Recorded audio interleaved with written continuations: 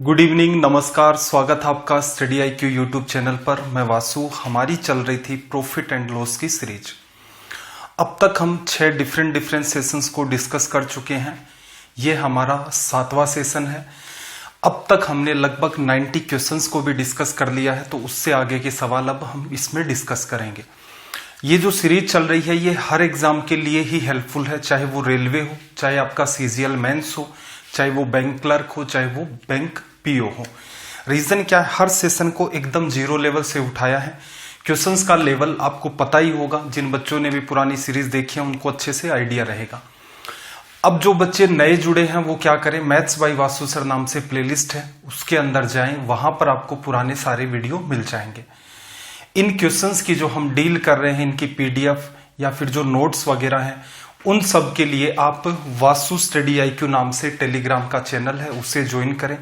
इसी नाम से एक डाउट ग्रुप भी है, तो वहां पर आप अपने डाउट्स सेंड कर सकते हैं। तो आज की क्लास में सबसे पहला सवाल देखना जरा। सबसे पहला काम है क्वेश्चन की लैंग्वेज को रीड करो। क्या कहा कि एक दुकानदार 500 से 999 की रेंज में वस्तुएं खरीदनी और बेचनी है।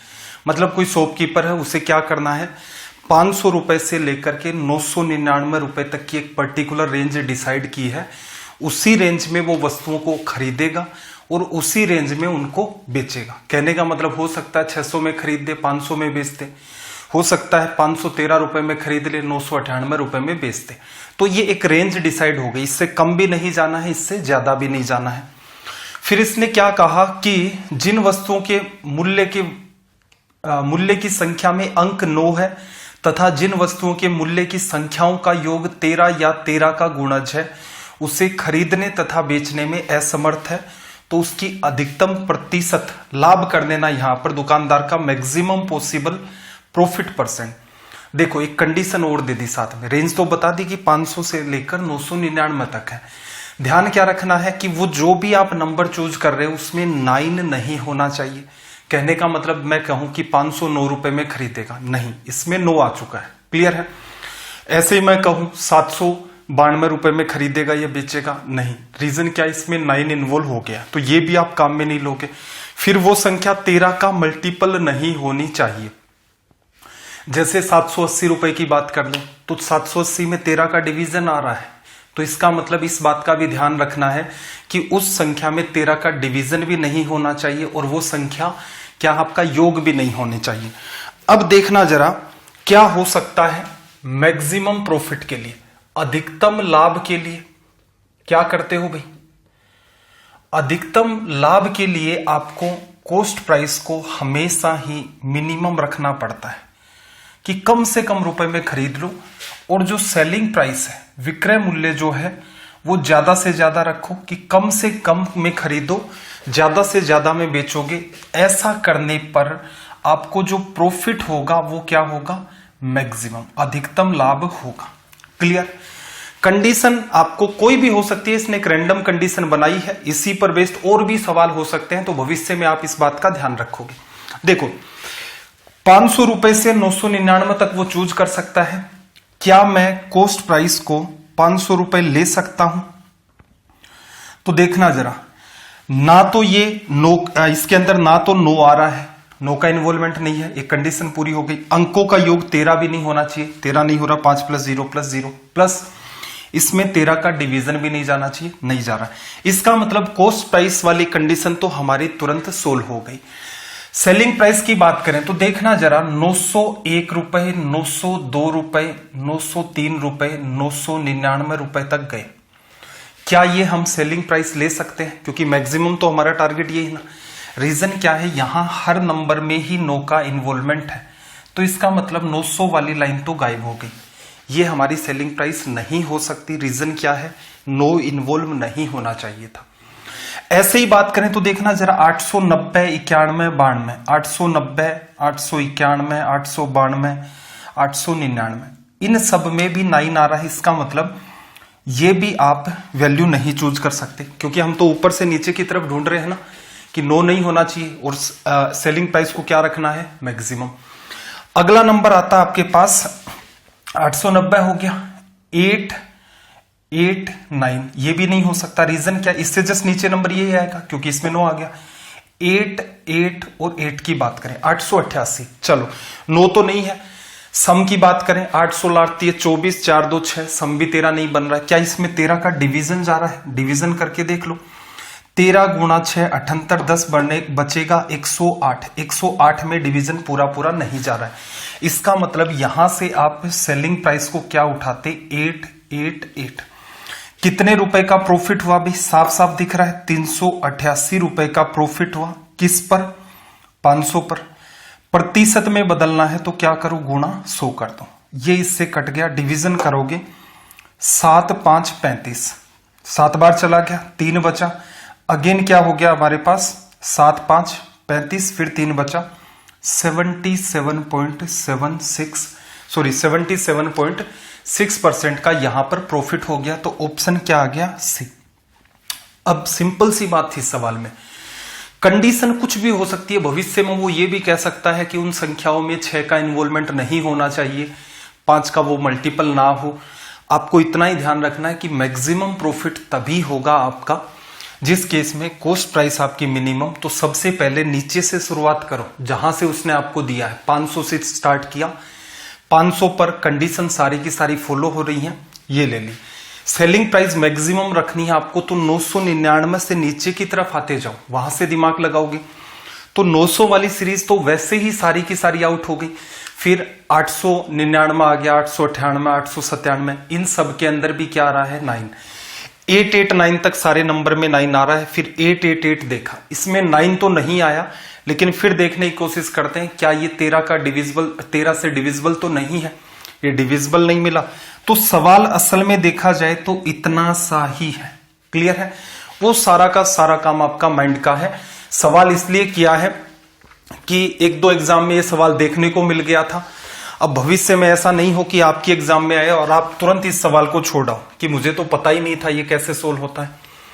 2 नंबर पर आ जाओ। सबसे पहला काम, लैंग्वेज को रीड करो।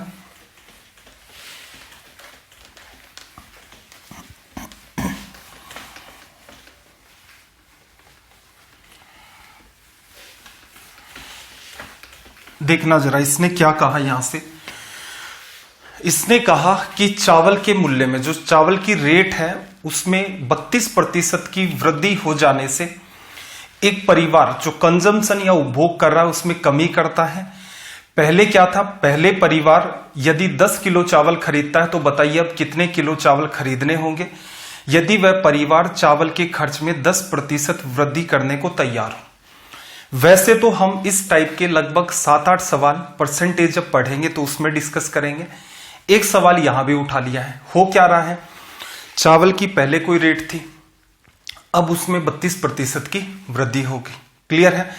अब इसने क्या कहा कि ये जो परिवार था ये पहले कितने किलो का कंजम्पशन करता था, उपभोग करता था 10 किलो का। क्लियर है? अब महंगाई तो बढ़ गई आपकी 32%। महंगाई बढ़ती है तो ऐसा नहीं है कि सारा का सारा आप कंजम्पशन ही कम करके वो बैलेंस कर दो। हम क्या करते हैं कि धीरे धीरे सोचते हैं कि कुछ पैसा भी अपनी जेब से डालना स्टार्ट कर दें और कुछ कंजम्पशन भी कम करना स्टार्ट कर दें। जैसे मान लो डीजल की रेट बढ़ रही है, पहले मान लो आदमी का हर महीने का 5,000 रुपए का डीजल पर खर्चा हो रहा था, अब रेट उसकी बढ़ गई। तो ऐसा नहीं होगा कि आपके सारे काम हो जाएंगे कि नहीं जितने की रेट आ रही मैं तो 5,000 का डीजल डलवाऊंगा, नहीं। ऐसा होता है कि कुछ गाड़ी चलानी कम करेंगे और कुछ खर्चा अपना बढ़ा देंगे कि जो पुराने वाला काम था वो अपना चलता जाए। तो सेम वही काम हुआ है। डील करने का तरीका ऐसे कर सकते हो कि भाई पहले परिवार क्या करता था, 100 रुपए का खर्चा करता था। कितने किलो चावल लाता था, 100 रुपए में 10 किलो चावल लाता था। महंगाई 32% बढ़ गई तो इसका मतलब 100 का 32%। अगर आज भी आप 10 किलो चावल खरीदना चाहते हो तो आपको कितने रुपए पे करने पड़ेंगे भाई, 132 रुपए। अब परिवार क्या चाहता है कि भाई हम लोग इतना खर्चा तो नहीं कर सकते, 132 रुपए का तो नहीं कर सकते। हम लोग क्या कर सकते हैं, पहले जितना भी खर्चा हो रहा था उससे 10% ज्यादा बढ़ा लेंगे। तो 100 रुपए जहां खर्च हो रहे थे, अब परिवार इस बात पर एग्री है कि वो 110 रुपए का खर्चा कर देगा। आपसे क्या पूछा है, अब कितने किलो चावल खरीदने होंगे। तो देखना जरा आज की रेट कितनी है भाई, ये तो पुराने वाली बात है, इसको तो छोड़ो। बस इसका तो इतना ही रोल था। 100 रुपए में 10 किलो आते थे, आपने ये बात अज्यूम की है, ठीक है। 100 रुपए में 10 किलो आते थे। आज अगर वही चावल खरीदने चाहते हो, वही का मतलब जो पहले 10 किलो थे, आज भी अगर आप 10 किलो चावल खरीदना चाहते हो तो आपको 132 रुपए देने पड़ेंगे। लेकिन आज की डेट में आप एग्री किस बात पर हो कि हम लोग तो सिर्फ और सिर्फ क्या करेंगे, 110 रुपए देंगे। तो एक बात बताओ, टोटल कंजम्पशन टोटल कितने किलो का हुआ? तो सिंपल सी बात है भाई, आज आपने कितने रुपए दिए? 110 रुपए दे दिए। और आज की रेट क्या है तो देखना, 132 रुपए में 10 किलो चावल आते हैं, तो आज की रेट है 132 बटा में 10। 10 कहां चला जाएगा? ऊपर। इसको सोल्व करना जरा, 11 से काटोगे एक बार, दो बार, ठीक है। 100 में 12 का डिवीजन, 12 गुणा 8 96, किस फॉर्म में है? पॉइंट में। कितना बचा भी आपके पास? 4, 4 बटे 12, 1/3, तो 0.33 kg। ये आपको काम करना है। फिर से देखना जरा, इस सवाल को अगर आप एग्जाम में डील करते तो कैसे करते। इस पैटर्न पर कई सारे सवाल बनते हैं, तो जब मैं आपको परसेंटेज पढ़ा रहा हूंगा तब हम लोग उनको डिस्कस करेंगे। इस सवाल को सोल्व करने का सबसे जो सटीक तरीका है वो ये है, पहले 100 रुपए में 10 किलो आते थे, आज महंगाई 32% बढ़ गई, तो 132 रुपए में उतना ही सामान आएगा। तो आज क्या रेट चल रही है? आज रेट चल रही है 132 बटा में 10 रुपए प्रति किलो। क्लियर है? परिवार क्या कह रहा है कि भाई पहले तो हम 100 रुपए का खर्चा करते थे, 10 किलो चावल ले आते थे, महंगाई बढ़ गई तो 132 नहीं खर्च करेंगे, हम तो पहले जितना खर्चा कर रहे थे उससे जस्ट 10% ज्यादा, तो 100 रुपए खर्च कर रहे थे सॉरी, आज 110 खर्च करेंगे। आज कितने केजी सामान लाएंगे? फिर आपकी जेब में 110 रुपए हैं, 1 किलो की रेट चल रही है 132 बटा में 10। इसको सोल्व करते एक बार और यहां से दो बार, 100 में 12 का डिवीजन करते, 8.33 आपका रिजल्ट आ जाता। तो ये कब होगा? जब आप कैलकुलेशन को थोड़ा बहुत माइंड में करेंगे तो ये ऐसे सवाल हैं, एक एक लाइन में सोल्व हो जाते हैं। और इवन इस टाइप के सवाल आपको सीजीएल मेंस में भी पुराने पेपर देखोगे तो वहां पर भी मिल जाएंगे। 3 नंबर सवाल पर आ जाते हैं। सबसे पहला काम, इसकी लैंग्वेज को आप रीड करो।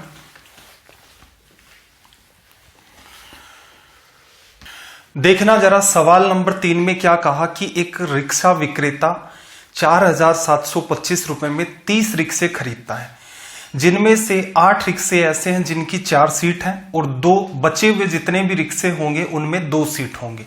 ये तो डिवीजन हो गया उनका।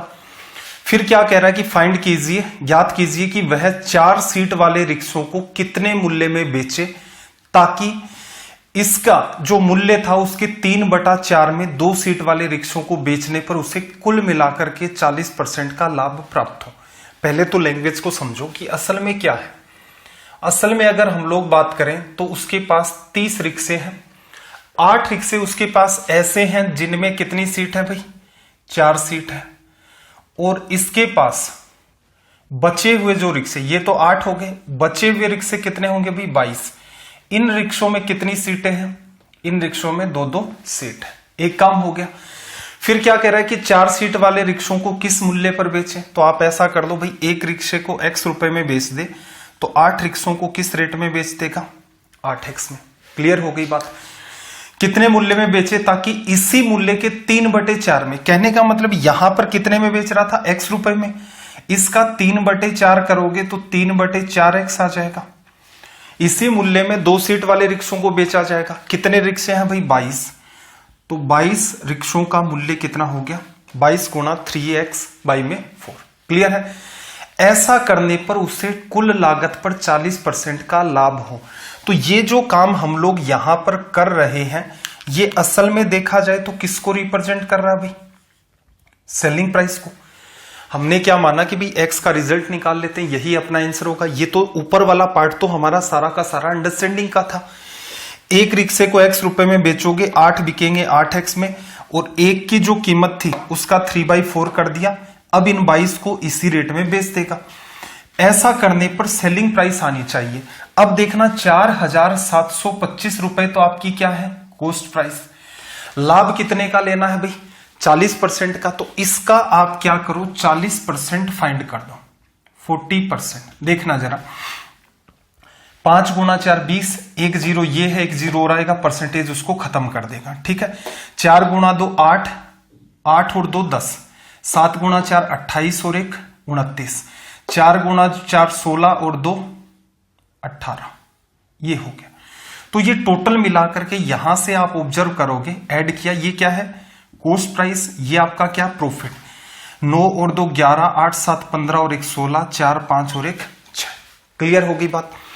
इसको जरा आप यहां से सोल्व करना, तो एक वैल्यू तो ये खत्म हो गई, यहां से 2 आ गया और ये 11 आ गया। एक्स आप क्या करो यहां से बाहर ले लो, 2 नीचे क्या ले लिया आपने एलसीएम। ठीक है, एलसीएम ले लिया, इसको भी चलो कैलकुलेशन में सीधे सीधे डील कर लेंगे। 8 गुणा 2 16, 11 गुणा 3 33, 33 के अंदर 16 जोड़ोगे तो कितना आ जाएगा भाई आपका 49, लिखा जा सकता है। राइट साइड में आपने जो एलसीएम लिया था उसका गुणा कर दो, 15 गुणा 2 30, 66 गुणा 2 132, 49 का कर देते हैं डिवीजन, रिजल्ट परफेक्ट आ रहा है तो परफेक्ट वैल्यू मिलेगी। देखना 49 गुणा 2 कितना आया भैया आपके पास 98 आ गया, 49 गुणा 2 98। 132 में कितना कम रह गया, 132 में 32 और 2 34, 34 रह गया आपके पास, आपने क्या उतार लिया 3 उतार लिया। अब देखना जरा 7 का क्यूब होता है 343 और 7 का स्क्वायर ये है 343, 7 के क्यूब में 7 का स्क्वायर डिवाइड करोगे 7, तो कहने का मतलब 49 का डिवीजन 7 बार हो गया, एक 0 बच गया और ये आपका हो गया रिजल्ट। क्लियर है, तो ये आपकी हो गई एग्जाम अप्रोच कौन से वाली, ये जो पार्ट हम लोग देख रहे हैं। अब इनको क्या करना है, रेशियो वेशियो के चक्कर में नहीं पड़ना है, पेशेंस के साथ स्टेप बाय स्टेप सोचो। आप इसको भी अगर लिख करके समझोगे तो कैसे काम चलेगा, तो ये पोर्शन आप यहां से इसका हटा दो, ये जस्ट अपनी अंडरस्टैंडिंग के लिए था। सिंपल सी बात थी, ऐसे रिक्शे जिनकी 4 सीट है उसके बारे में पूछ रहा है कि सेलिंग प्राइस क्या होगी, आप एक्स मान लो, एक रिक्शे को एक्स में बेचा, 8 को 8x में बेचा, जिस कीमत पर इसे बेच रहा है उसके 3/4 में क्या करेगा 2 सीट वाले रिक्शे को बेचेगा, तो उसकी कीमत क्या होगी 3/4x। रिक्शे कितने 22, 8x ये आ गया, 22 गुणा 3/4x ये आ गया, सारे को जोड़ोगे इक्वल में क्या आना चाहिए सेलिंग प्राइस। और क्या कंडीशन थी कि टोटल पर 40% का लाभ, ये सीपी थी, 40% निकाला जोड़ दिया। आंसर परफेक्ट आ रहे हैं तो कितने भी नंबर से काटने वाली सेटिंग आप बैठा लो, जैसे चाहते तो आप क्या करते, परफेक्ट आंसर आ रहा है 49 का 7 गुणा 7, 7 का डिवीजन कर देते, फिर दोबारा 7 से कट जाता, या फिर सीधे सीधे आप ये ले सकते हो। ठीक है, कुछ कुछ चीजों में सुधार कर लो, इतने में क्या है ये बड़े नंबर्स के साथ भी आप डील करना सीख जाओगे। सवाल नंबर 4 पर आ जाते हैं। सबसे पहला काम लैंग्वेज को पढ़ो जल्दी से। अगर आपको ये वीडियोस ठीक लग रहे हैं तो एटलीस्ट इनको आपके जितने भी ग्रुप्स हैं उनमें शेयर किया करें ज्यादा से ज्यादा, जिससे क्या हम डेली बेसिस के ऊपर 1 घंटे की जो क्लास होती है अराउंड उसको थोड़ा सा बढ़ा ले, 1.5 घंटे या 2 घंटे पर, या डेली क्या करें 2-2 क्लास अपलोड करनी स्टार्ट कर दें। 4 नंबर में देखना जरा, इसने क्या कहा कि एक मैन्युफैक्चरर है, निर्माता, और वो एक अजम्पशन लगाता है, एक अंदाजा लगाता है कि निरीक्षण के समय उसकी वस्तुओं में से 12% बेकार मिलेंगी। कहने का मतलब वो जितनी भी वस्तुएं बनाएगा अगर उन सबको चेक किया जाएगा तो उनमें से 12 वस्तुएं खराब। कहने का मतलब अगर 100 वस्तुएं बनाई हैं तो 12 वस्तुएं उसकी खराब निकलेंगी। क्लियर है, तो 88 उसकी सही होंगे। आगे क्या कहा कि वह 7.50 रुपए प्रति वस्तु की दर से 48,000 वस्तुओं का ऑर्डर लेता है। तो उसने क्या किया, एक ऑर्डर लिया, किस रेट पर, कि भाई जो भी उससे ये सामान बनवा रहा है वो एक वस्तु के 7.5 रुपए देगा, और वस्तुएं इसे कितने बना करके देनी है 48,000। फिर वह अंदाजा लगाता है कि कुल खपत पर उसका लाभ प्रतिशत 20 होगा। तो कहने का मतलब वो दिमाग ये लगाता है कि मैं ऐसे ऐसे वस्तुएं बनाऊंगा, इस रेट पर इन सबको बेच दूंगा तो मुझे 20% का प्रॉफिट होगा। अब एक वस्तु का क्रय मूल्य ज्ञात करो, इतनी सी बात आपसे यहां पर पूछी गई है। अब ध्यान से समझना, अगर वो टारगेट एक ही वस्तु पर कर रहा है, 48,000 का उससे कोई लेना देना नहीं है, तो आप सिंपल सा दिमाग लगाओ, 48,000 को आउट करो। ठीक है, सवाल से ही बाहर कर दो 48,000 को। क्या करो कि ये जो मैन्युफैक्चरर है इसे पता है जब भी ये वस्तुओं को बनाएगा इनमें से 100 वस्तुएं बनाएगा, 12 वस्तुएं तो खराब होंगी और 88 वस्तुएं क्या होंगी इसकी सही होंगी। अब एक बात बताओ, एक वस्तु को मान लो बनाने में 1 रुपया लगता है, ठीक है। अब ये वस्तुएं तो 100 ही बनाएगा। मान लो किसी भी चीज की फैक्ट्री है इसकी, मान लो मोमबत्ती बना रहा होगा, 1 रुपए में 1 मोमबत्ती इसके बनती है, लेकिन 12 मोमबत्तियां क्या होती हैं इसकी डैमेज हो जाती हैं। इसका मतलब बेच कितनी सकता है 88 मोमबत्ती। ऐसा थोड़ी ना है कि भाई उसने 100 मोमबत्तियों का ऑर्डर लिया, 100 की 100 बना करके पकड़ा दी कि ले जाओ तुम्हारा। अब वो अगला आकर के क्या कहेगा कि भाई साहब आपकी जो मोमबत्तियां थी उनमें 12 तो टूटी हुई थी, तो ये कहेगा मेरी कोई जिम्मेदारी नहीं है। तो एक बात बताओ, दोबारा उसको ऑर्डर मिलेगा? कभी नहीं मिलेगा। इसका मतलब यहां पर क्या हो गया, वो असल में क्या करता है, 100 बनाएगा, उनको चेक करेगा, 12 को साइड में करेगा, 88 को अगले को डिलीवर करेगा, तभी तो उसे वापस से ऑर्डर मिलने स्टार्ट होंगे। तो यही बात अपने सवाल में है। क्लियर है? उसे बनानी तो 100 पड़ेंगी, लेकिन ये बेच कितनी सकता है 88। क्लियर? अब चलो मुद्दे की बात करते हैं। यहां पर एक मोमबत्ती कितने एक मोमबत्ती नहीं, एक वस्तु कितने रुपए में बेचता है 7.5 रुपए में। एक बात बताऊं, वो 88 को डिलीवर करेगा, एक की कीमत कितनी है 7.5, 15/2, एक की कीमत है 15/2। 88 को डिलीवर कर दे तो कितने रुपए मिल जाए उसे 15/2 गुणा में 88। क्लियर है? उसे एक वस्तु बनाने में कितना खर्चा करना पड़ता है x रुपए। क्लियर है? बनानी कितनी पड़ेंगी उसे बनानी पड़ेंगी 100। असल में देखो, यही तो मैं आपको समझाने की कोशिश कर रहा हूं। एक्चुअल में उसे 100 बनानी पड़ेंगी, लेकिन जब डिलीवर करेगा तो कितनी करेगा 88 डिलीवर कर पाएगा। तो जो भी खरीदने आ रहा वो क्या करेगा 88 का 15/2 के हिसाब से इसको पेमेंट कर देगा कि ये आपका पैसा बनता है। जब वो कॉस्ट ऐड करेगा तो उसे पता है एक को बनाने में x रुपए लगे थे, 100 को बनाने में कितने लगे 100x।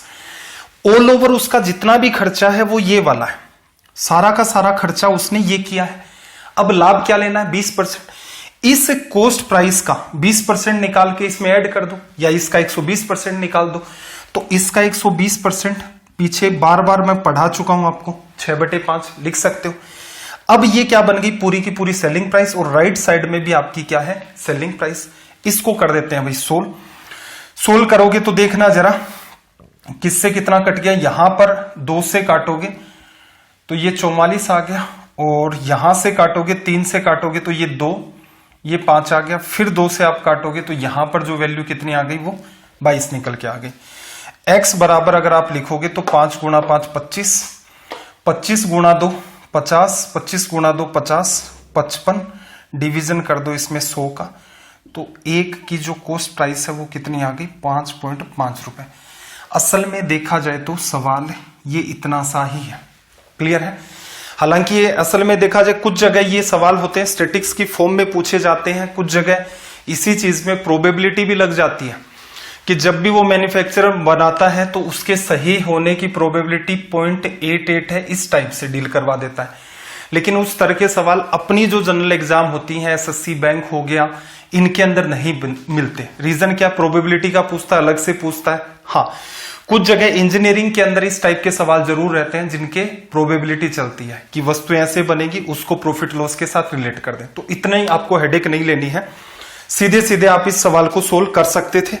अगर नहीं आया तो एक बार से इस क्लास को फिर से देख लेना। और वैसे भी देखो, मैंने आपको कहा था कि जैसे जैसे अपने सेशन बढ़ते जाते हैं क्वेश्चंस का लेवल भी बढ़ जाता है। अगर आपने पुराने वाली क्लासेस नहीं देखी हैं तो बिल्कुल स्ट्रेस में आ जाओगे, तो बेटर क्या रहेगा प्लेलिस्ट में जाओ, वहां से पुरानी क्लासेस को देखो। रीजन क्या है, 2 या 3 क्लास में बेसिक कवर कर लेते हैं, उस पर बेसिक सवाल को डील कर देते हैं, उसके बाद लेवल धीरे धीरे अपना बढ़ जाता है। चलिए भाई, सवाल नंबर 5 की बात करें तो यहां पर देखो 1 मिनट, सवाल नंबर 5 की बात करें यहां पर तो देखना, इसने क्या कहा कि एक आदमी ने 3 मोटरसाइकिलें 6,000 रुपए, 7,500 रुपए, 5,500 रुपए में बेची। ये तो इनकी सेलिंग प्राइस इसने दे दी, 3 बाइक्स हैं। पहली को जब उसने बेचा तो उसे 20% का लाभ हुआ, दूसरी को जब इसने बेचा तो 25% का लाभ हुआ, तीनों पर उसे 5% की हानि होती है। तीसरी मोटरसाइकिल का क्रय मूल्य क्या होगा? तो सिंपल सी बात यह है कि आप सीधे सीधे हिसाब लगा लो कि तीनों की कॉस्ट प्राइस, अब तीसरी की तो पूछिए, इसका मतलब उसको एक्स मान लो। इन पर सेपरेट सेपरेट आप सेलिंग प्राइस वगैरह निकालोगे, सेलिंग प्राइस आपको दे रखी है। ऑल ओवर जो कॉस्ट आपने मानी उस पर 5% का लॉस ले लो और आगे इसको बेच दो। क्लियर? अब जो बात मैं कहना चाह रहा हूं समझना जरा। आपको मैंने क्या कहा है कि ज्यादा से ज्यादा जो इजी वैल्यूज होती हैं उनको माइंड में डील किया करो।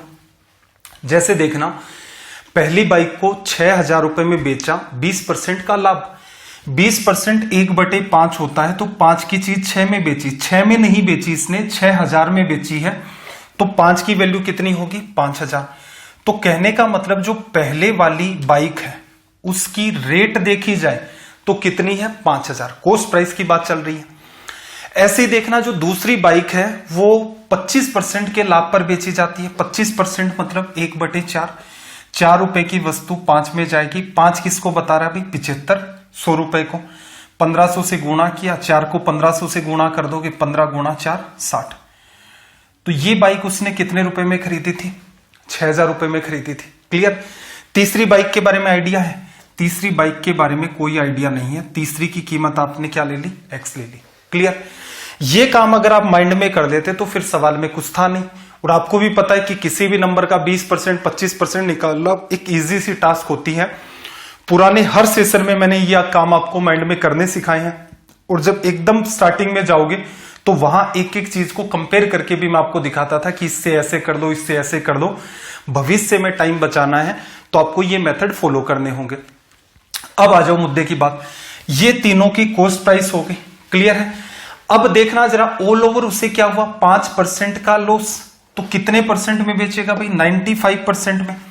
95, 5% 1/20 होता है। 20 की वस्तु 1 के लॉस पर 19 में जाएगी, 19/20 लिखा जा सकता है। और कुल मिलाकर के इससे कितने रुपए मिले देखना जरा।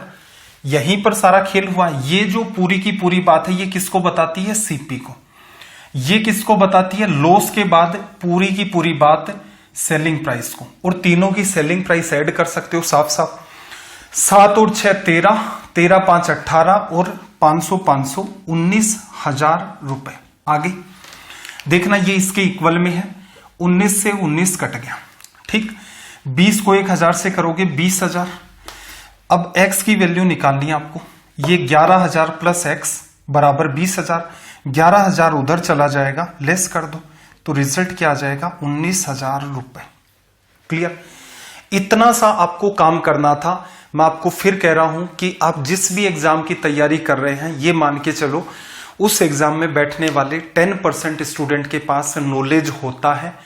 लेकिन वो क्या करता है, जैसे ये भी था ना, जैसे पहला ही सवाल था 6,000 रुपए 20%, वो क्या करेगा? 5 रुपए की चीज है, 6 में बेची जाएगी। ये इसको बता रहा है 6,000 को, फिर किससे गुणा किया? यहां पर इस हिसाब से 5 की चीज 6,000 में 20% का प्रॉफिट था ना, ठीक है। किससे गुणा किया? 1,000 से। इसको भी 1,000 से करेंगे तो 3 स्टेप तो उसके यहीं बन जाएंगे। अब एक कॉमन सेंस लगाओ कि जो काम आप माइंड में सीधे सीधे ही कर सकते हैं, डेटा मुश्किल होता है तो बिल्कुल मैं भी आपको सोल्व करके दिखाता हूं कि देखो ऐसे ही करना पड़ेगा सोल्व, इसको माइंड में नहीं कर सकते। लेकिन अगर आप एक बहुत बड़ा पार्ट जिसकी कैलकुलेशन आसान है उसको माइंड में कर दो, कम से कम इसी सवाल में आप 20 से 30 सेकंड अपने बचा सकते थे और यह सवाल विद इन 1 लाइन या 2 लाइन के अंदर सोल्व हो सकता था। चलिए भाई सवाल नंबर 6 पर आ जाते हैं। सबसे पहले लैंग्वेज को रीड करो।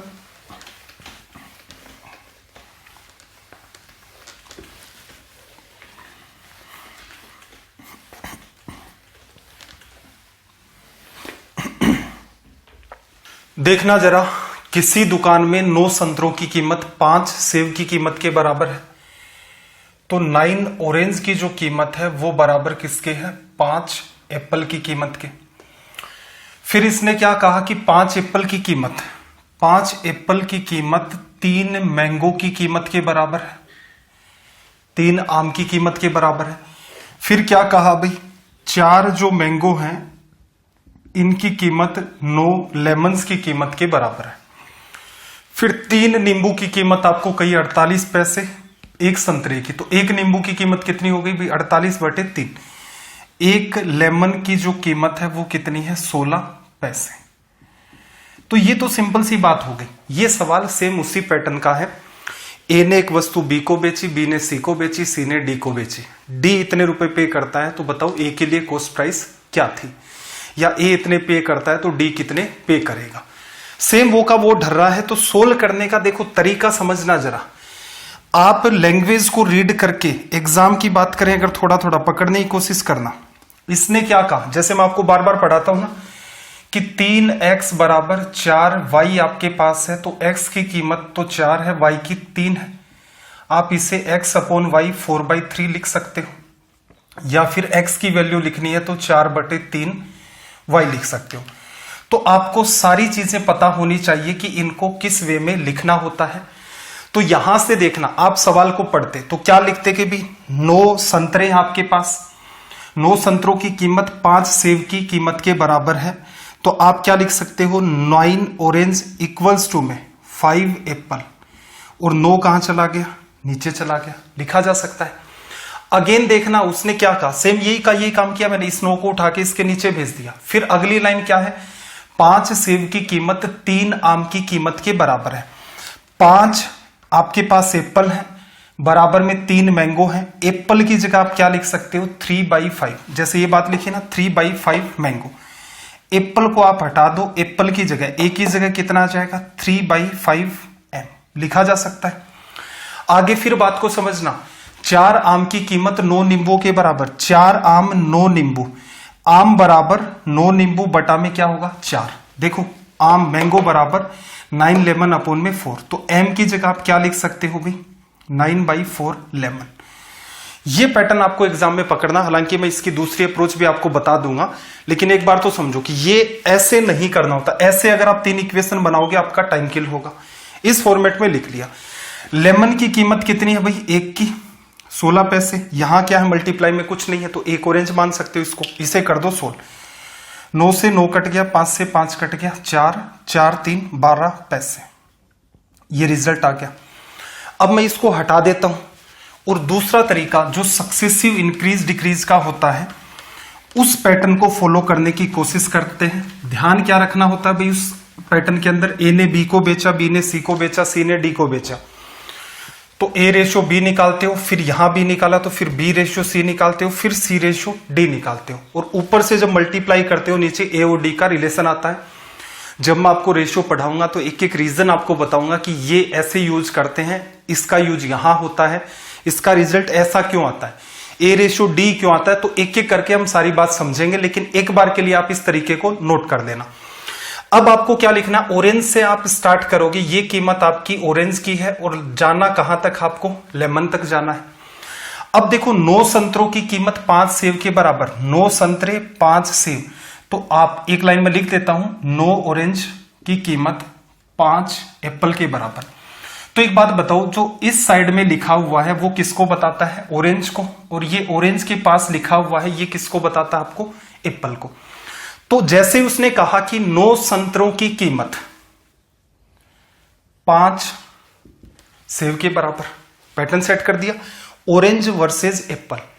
अब एप्पल वर्सेस मैंगो, तो देखना जरा, 5 सेब की कीमत, एप्पल तो यहां होगा, 5 इसके साथ है, ये मैंगो की कीमत, और बराबर किसके, 3 आम के, तो आम यहां पर आ जाएगा।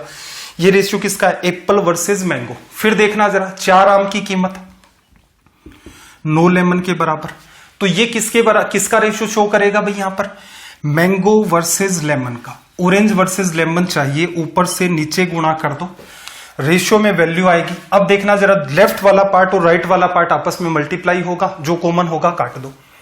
इससे इसको काटा, इससे इसको काटा, कितना आ गया, 3:4। लेमन की कीमत 4, ऑरेंज की 3।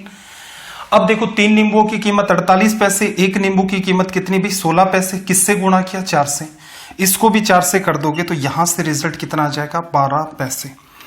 अब यहां पर मेरे से उम्मीद मत करना, जब रेशियो पढ़ाऊंगा बिल्कुल एक एक चीज की आपको एक्सप्लेनेशन दूंगा कि ऐसे करते हैं, ये रीजन होता है, ऐसा ही क्यों करते हैं। बाकी अपने नोट्स में इस बात को एक बार नोट करके रख लेना, ताकि भविष्य में जब डील करें तो आपके सामने कोई कंफ्यूजन ना हो। चलिए भाई, सवाल नंबर 7 स्टार्ट कर लेना। 7 नंबर, मतलब लगभग जितने भी सवाल करेंगे ऑलमोस्ट सारे के सारे ही अपने इंपॉर्टेंट हैं।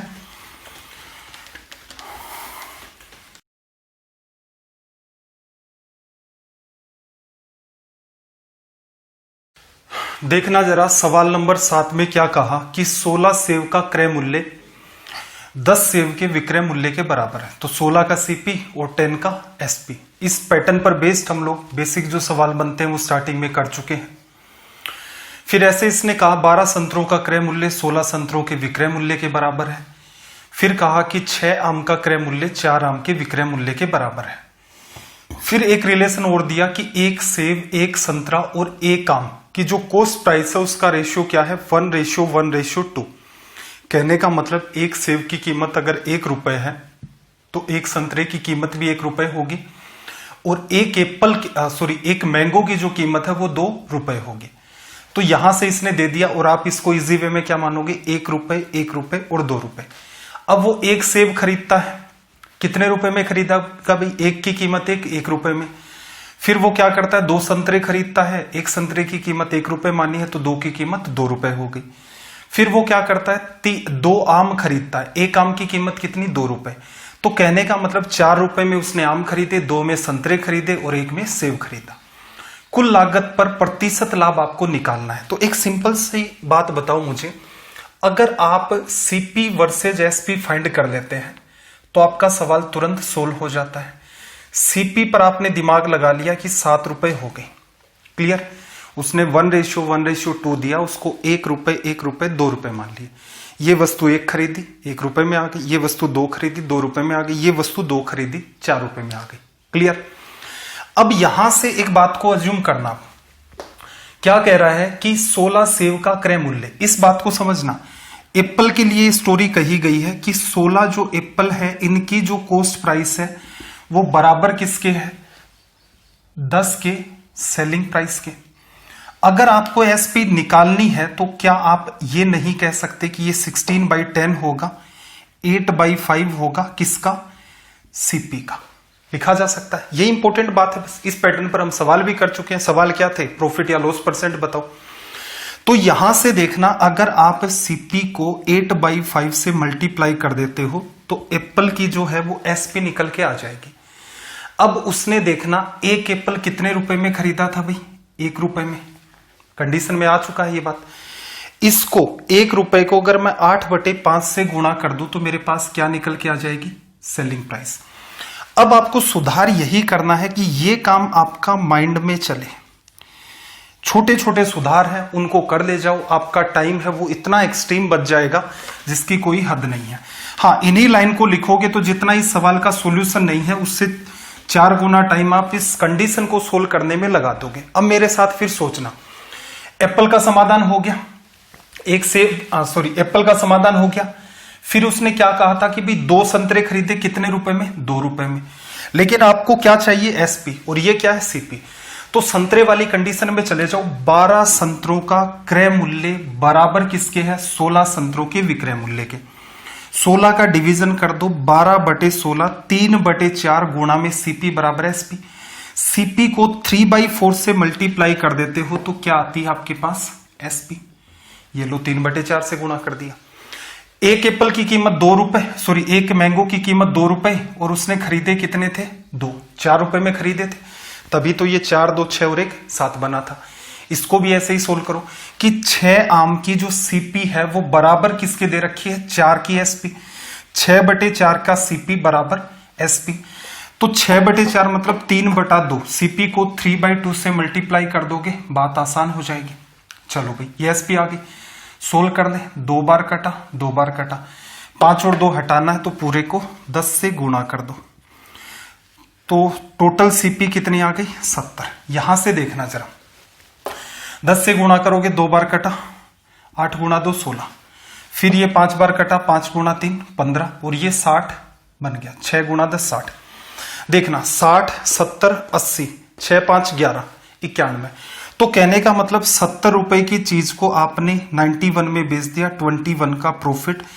प्रॉफिट परसेंट, प्रॉफिट 21 का किस पर हुआ है, 70 पर, प्रतिशत में बदलना है गुणा 100। ये इससे कट गया, इसको आप इससे काटोगे 3 बार तो रिजल्ट हमारा कितना देगा, 30%। तो आपको एक छोटी सी आदत का सुधार करना था और एक आपका उलझा हुआ सवाल तुरंत आपके सामने सुलझ कर आ जाता है और एकदम आसान तरीके से आप इसका सॉल्यूशन कर सकते हैं। चलिए भाई अगले सवाल पर आ जाते हैं। साउंड का कोई इश्यू नहीं है। सवाल नंबर 8, सबसे पहला काम है आप क्वेश्चन की लैंग्वेज को रीड करो।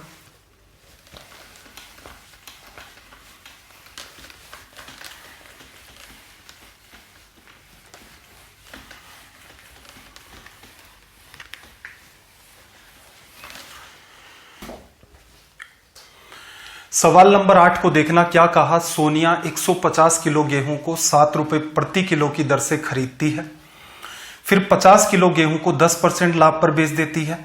शेष गेहूं को किस दर से बेचे कि पूरे व्यवसाय में 20% का लाभ हो? एक तो तरीका यह है कि भाई आप एक्चुअल डेटा को यूज कर लो। 150 किलो की कॉस्ट प्राइस 150 गुणा 7, फिर 50 किलो है, 10% लाभ लेकर के बेच दो, बचेगा कितना? 100 किलो। या फिर सवालों को क्या है आसान करने के लिए रेशियो में उठा ले जाओ, क्योंकि वो ऑल ओवर की नहीं कर रही, वो 1 किलो की बात कर रही है। तो 50:100 लोगे तो 1:2 आ जाएगा और ये टोटल 3। तो ऊपर वाली लैंग्वेज को आप ऐसे लिख सकते हैं कि भाई वो 3 किलो गेहूं को 7 की दर से खरीदती है, 1 किलो को 10% लाभ पर बेचती है, 2 को किस दर पर बेचे कि उसे ऑल ओवर 20% का लाभ हो जाए। तो यहां से बात को अंडरस्टैंड करना। 1 किलो कितने रुपए में खरीदी भाई? 7 रुपए में। लाभ कितने का ले रही है? 10% का। हम एसपी को ऐड कर लेते हैं, टोटल सेलिंग प्राइस को, क्योंकि हमें एसपी तो चाहिए। तो 7 रुपए में खरीदी, 10% का लाभ, तो 7 का 110% कितना होगा भाई? 11/10। क्लियर? फिर देखना जरा 2 किलो किस रेट पर बेचे, एसपी को ऐड कर रहे हैं। तो 1 किलो की रेट x रुपए ले लोगे तो 2 की कितनी होगी? 2x बराबर। फिर देखना जरा 3 किलो किस रेट में खरीदी थी भाई? 7 रुपए प्रति किलो के हिसाब से, तो 3 किलो 21 में तो आ गई। लाभ कितने का चाहिए? 20%। तो 21 रुपए पॉकेट से लग गए हैं, इनका 120% निकाल लो। कितना? 6/5, 6/5।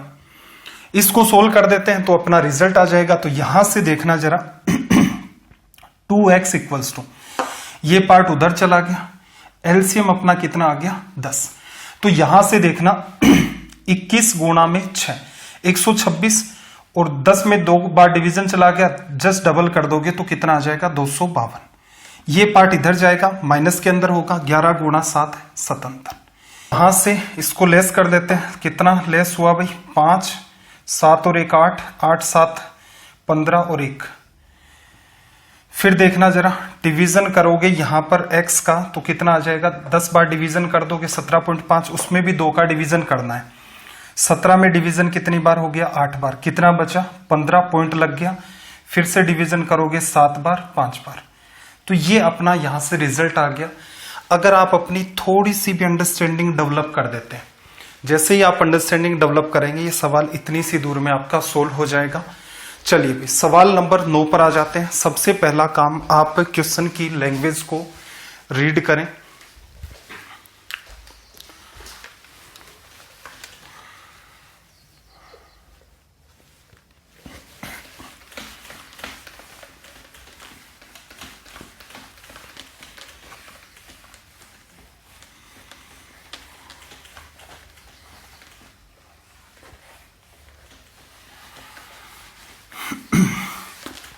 देखना क्या कहा कि भाई एक दुकानदार है, प्रति 90 पैसे की दर से उसने 144 वस्तुएं खरीदी। रास्ते में 20 वस्तुएं उसकी टूट गई तो बची कितनी? 124। शेष वस्तुओं को वह क्या करता है? 1.20 की दर से बेच देता है। उसका लाभ प्रतिशत। तो ऐसे सवालों करने का तरीका सिंपल, सीपी वर्सेज एसपी निकाल लो। प्रॉफिट परसेंट ही तो चाहिए आपको, प्रॉफिट या फिर लॉस। तो देखना असल में उसके घर से कितने पैसे लगे थे? 144 तो वस्तुएं थी, एक वस्तु की कीमत 90 पैसे, 144 गुणा 90। रास्ते में कितनी टूटी हुई? 20, बची कितनी? 124। 124 को बेचेगा, एक को कितने में? 1.20 रुपए में। इधर पैसे लिए हैं तो इधर भी क्या करो? पैसे ही लो, जिससे कट जाए। इसको कर देते हैं हम लोग सोल्व। तो देखना जरा, 1 0 से 1 0 कैंसिल आउट हो गया। यहां से काटोगे 4 बार और यहां से काटोगे 3 बार, 3 से काट लिया। फिर देखना 4 को यहां से कट कर दो, 4 गुणा 3 12, 2 बचा, 4 6 24 लिखा जा सकता है। फिर इसके बाद और भी कट रहा होगा, 4 से काटोगे तो ये वाली बात 9 बार, 4 से काटोगे 3 और 1 31 बार, तो 27 अनुपात में 31 आ गया। कितने का लाभ हो रहा भाई? 4 का। प्रॉफिट परसेंट की बात करें तो 4 रुपए का लाभ हुआ 27 पर, प्रतिशत में बदलना है गुणा 100। लिखा जा सकता है 400 में 27 का डिवीजन, तो देखना 40 में 27 का डिवीजन एक बार, आपके पास कितना बच गया? फिर 40 में डिवीजन कर दोगे 13 बच गया। 130 के अंदर डिवीजन करोगे, 27 गुणा 5 कितना होता है भाई? 135। तो इसका मतलब 4 बार डिवीजन चला जाएगा। 27 गुणा 2 54 गुणा 2 108। आपके पास कितना बचा? 108 तक तो हो गया, उधर से 20 और 2 22। 220 में डिवीजन करोगे तो एक सीधा सीधा आप अनुमान लगाओगे, तो 220 के अंदर 27 2 54 लगभग कितनी बार? 8 बार और चला जाएगा, तो 14.8 आपका होगा यहां से रिजल्ट। क्लियर है? यहां थोड़ा सा कॉमन सेंस लगाया है, या फिर आपको एग्जैक्ट, आप इसको एग्जैक्ट भी सोल्व कर सकते हैं। सवाल नंबर 10 पर आ जाओ। Question number 10। सबसे पहला काम लैंग्वेज को रीड करो भाई।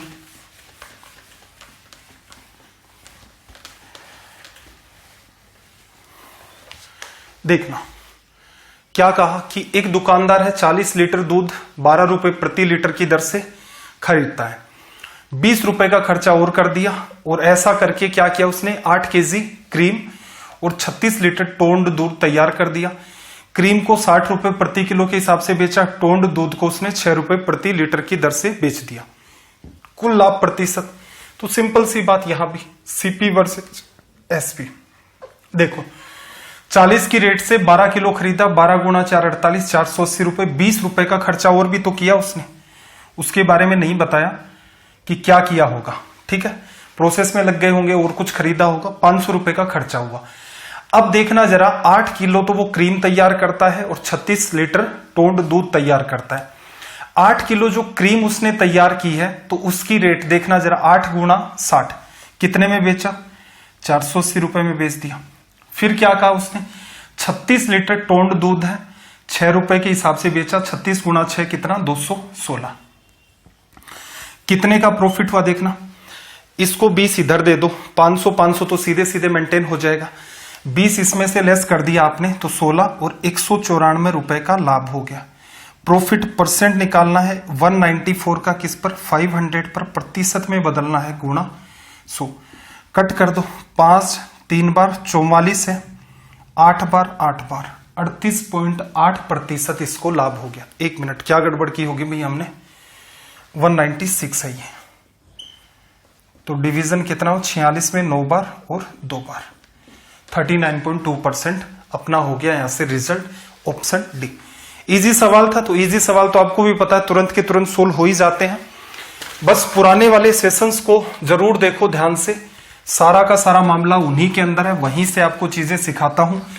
ये तो टिपिकल सवाल है, इनमें एक तो आपको लैंग्वेज समझाना चैलेंज होता है, प्लस कौन सा पार्ट माइंड में किया जाए वो वाला एक चैलेंज रहता है। बाकी सवाल ये भी आसानी है। देखना, एक टीवी निर्माता है, टीवी मैन्युफैक्चरर, एक कलर टीवी को 5,770 रुपए में बेचने पर 15% का इसे लाभ हो गया। फिर कह रहा है कि उत्पादन की लागत है वो 30% बढ़ जाती है।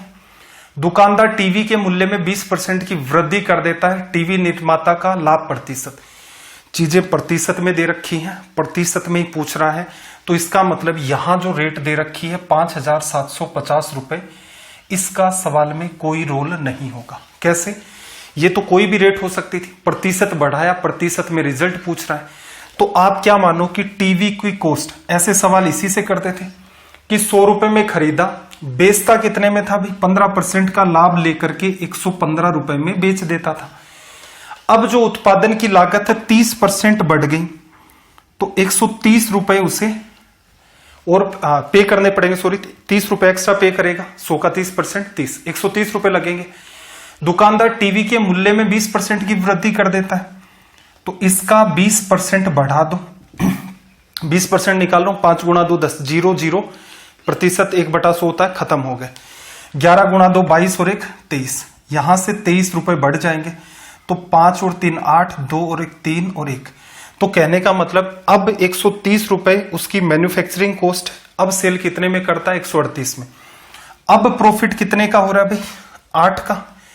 प्रॉफिट परसेंट आपको अभी का चाहिए। 8 का प्रॉफिट हुआ 130 पर, प्रतिशत में बदलना है गुणा 100। 80 में 13 का डिवीजन, 13 5 65, 13 6 78, 6 बार, और कितना बचा? 2/13%। तो यहां से देखना जरा, कोई ऑप्शन नहीं है तो ऐसा करो, ऑप्शन ए जो है 6 ब्रैकेट में 2/3 ना होकर के 2/13% है, इसको आप करेक्ट कर देना। क्वेश्चन नंबर 12 पर आ जाते हैं। सवाल नंबर 12,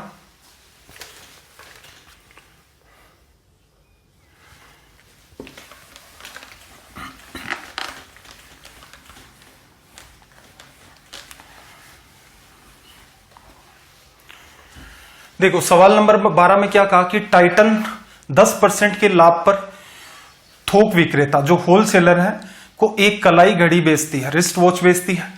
थोक विक्रेता होलसेलर क्या करता है भाई? खुदरा विक्रेता को, रिटेलर को 10% के लाभ पर उसे बेच देता है। फिर एक ग्राहक क्या करता है? इस घड़ी को 990 रुपए में खरीद लेता है। तो खुदरा विक्रेता जो था, रिटेलर था, उसको लाभ कितना हुआ? 2 सही 3/11% का। घड़ी को बनाने में टाइटन का कुल कितना खर्चा हुआ? सक्सेसिव में क्या कर रहे हैं? सेल। तो सिंपल सी बात है, टाइटन ने घड़ी को X रुपए में बनाया, ठीक है, 10% का लाभ, 110% या 10%, 1/10, 10 की चीज 11 में कितने गुना पर चली गई? 11/10 गुना। ये जो कीमत है टाइटन के लिए तो क्या है? सेलिंग प्राइस है, और जो होलसेलर है उसके लिए क्या है? Cost price. होलसेलर ने इतने में खरीदा और अब क्या करता है? एक मिनट, टाइटन 10% का लाभ लेकर के इसको बेच देगी थोक विक्रेता, खुदरा विक्रेता को फिर से 10% का लाभ, तो वही 10%, 1/10, ये उसकी सीपी है होलसेलर की। अगेन 110% में इसको बेच देगा। अब इस पूरी कीमत की बात करें तो होलसेलर के लिए तो सेलिंग प्राइस है, बट जो रिटेलर है उसके लिए तो कॉस्ट प्राइस है। अब रिटेलर की ये सीपी है, इस पर लाभ लेकर के बेचेगा। एक नई बात आ गई, 2 सही 3/11%। सोल्व कर दो भाई, 22 23 24 25, 25/11, 25 से काट दोगे नीचे 100 भी बनेगा, तो 1/11 गुणा 4 44। कहने का मतलब 44 रुपए की अगर वस्तु है, 1 रुपए का उस पर लाभ होगा तो 45 में बेचेगा। सेल आउट कर दिया। कुल मिलाकर के ये एसपी निकल के आ गई, कस्टमर के लिए सीपी हो गई, और कितने रुपए में बेचा है? 990 में। इसको कर लो भाई सोल्व। 11 से काटोगे यहां पर, 4 से 11 से काटोगे यहां पर 9 बार 0 बार, 45 से काट दिया 2 बार। x बराबर 4 गुणा 2 8 और 2 0, ये हमारी आ गई x की वैल्यू, जो क्या थी? टाइटन के लिए वॉच की कॉस्ट। सवाल नंबर 13 पर आ जाते हैं। क्वेश्चन नंबर 13,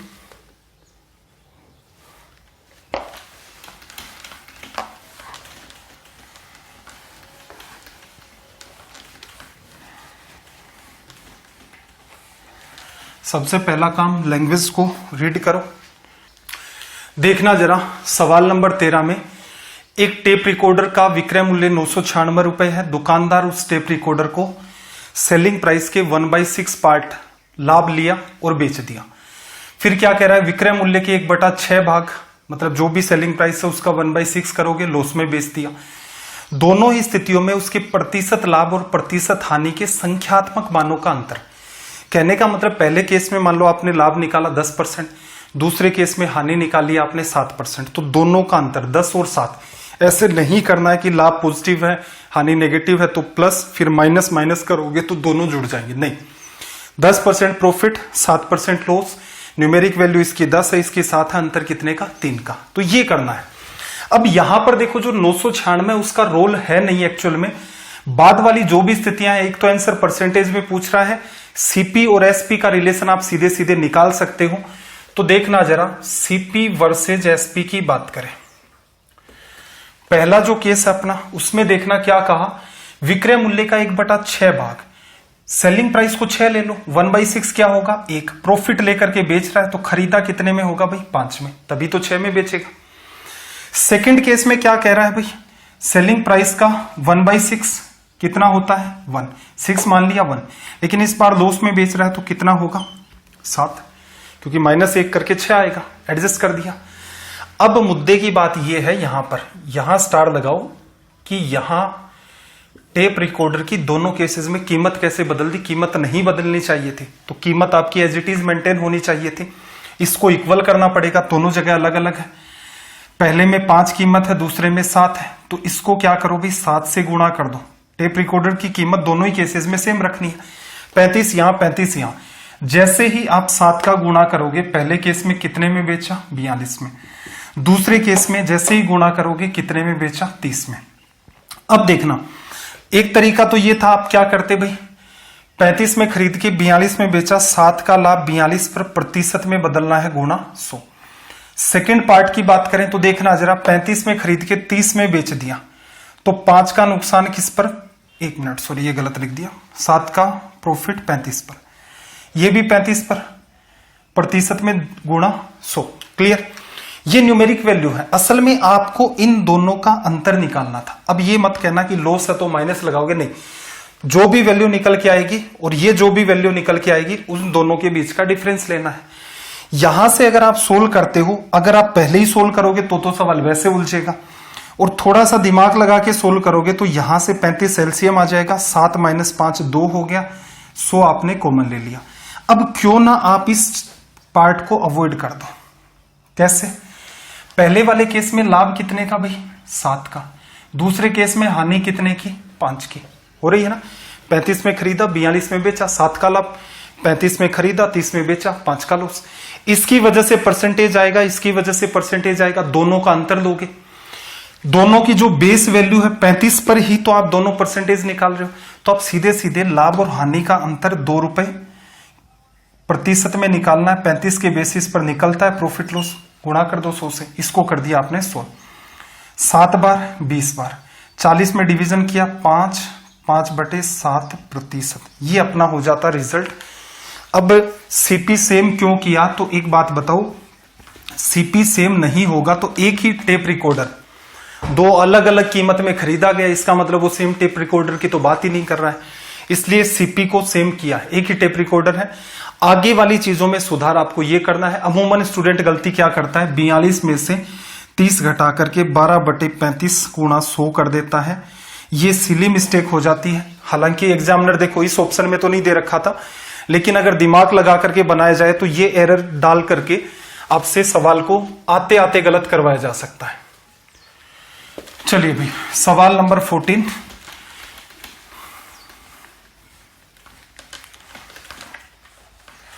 सबसे पहला काम है इसकी लैंग्वेज को आप रीड करो। देखना जरा, क्या कहा कि एक आदमी ने 80 अंडे खरीदे, उसका उस खरीद पर 24 रुपए प्रति दर्जन था, मतलब उसकी जो रेट थी खरीदने की वो 24 रुपए प्रति दर्जन थी, तो 12 अंडों की कीमत 24 रुपए, एक अंडे की कीमत 2 रुपए, तो 80 कितने में खरीदे भाई 160 में।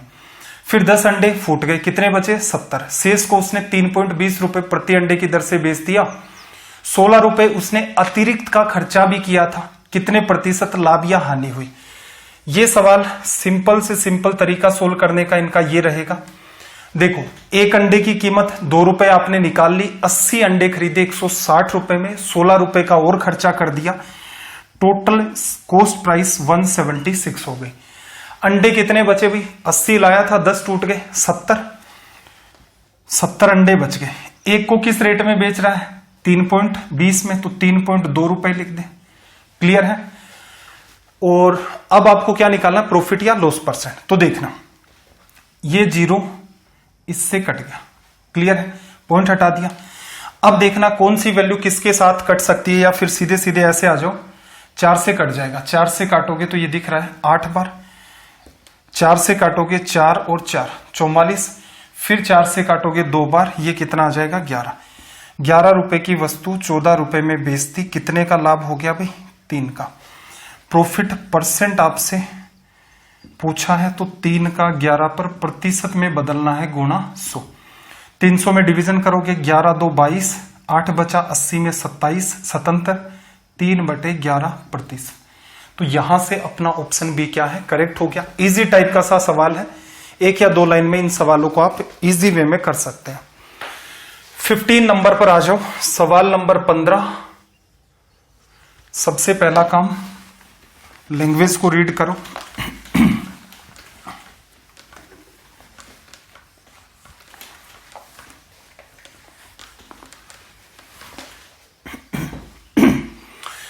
देखो, किसी वस्तु को बिक्री मूल्य के 3/4 सेलिंग प्राइस के 3/4 पर बेचने से विक्रेता को 10% की हानि हुई।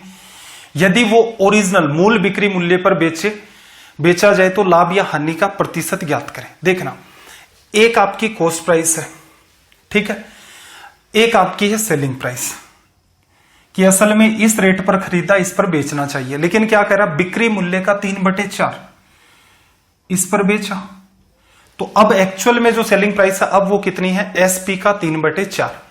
ये तो सीपी है, दोनों को इक्वल करना है तो सीपी को भी एसपी बना दो। क्या कह रहा है, 10% की हानि, 10% 1/10, 10 रुपए में खरीदा है तो कितने में बेचेगा, 1 की कमी करके 9 में, या 90% 9/10 लिख सकते हो। इसको कर दो आप यहां से सोल्व, 3 से काटोगे 3 बार, तो रिलेशन क्या आ जाएगा भाई, सीपी के अपोन में यहां पर 10 बचा, एसपी के अपोन में कितना हो गया, 12। 10 रुपए की वस्तु 12 में बेच दी, 10 पा 2, 2/5 कितना होता है, 20%। तो ये हमारा आ गया प्रॉफिट। ये हमारा सवाल नंबर 15 हो गया। फिर देखो, आज के सेशन में इतने ही सवाल हम लोग डिस्कस करेंगे। तो जितने भी सेशन हुए, पहला काम तो आपका ये है कि इनको आप ध्यान से देखें, एक एक पार्ट का नोट्स बनाएं। हर एग्जाम को कवर किया जा रहा है, एकदम बेसिक लेवल से एक्सट्रीम लेवल तक। अब जो हम 15 सवाल कर रहे हैं, या पिछले जो 2 सेशन थे 15 क्वेश्चन कर रहे थे, तो हर सेशन में क्या था, 10 या 11 सवालों का लेवल बहुत ही अच्छा था।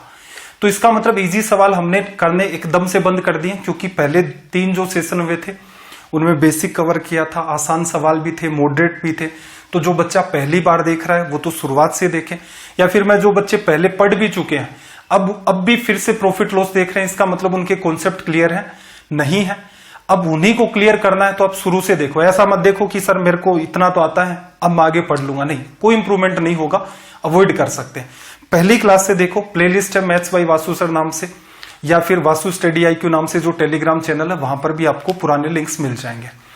तो आई होप आपको ये सारे के सारे लेक्चर पसंद आ रहे होंगे। कमेंट करके जरूर बताएं, वीडियो को ज्यादा से ज्यादा लाइक करें और शेयर करें। चैनल को अगर आपने अभी तक सब्सक्राइब नहीं किया है तो सब्सक्राइब करें। आपका दिन रात सब मंगलमय हो। तो चलिए फिर मिलते हैं अगले वीडियो में। जय हिंद, जय भारत।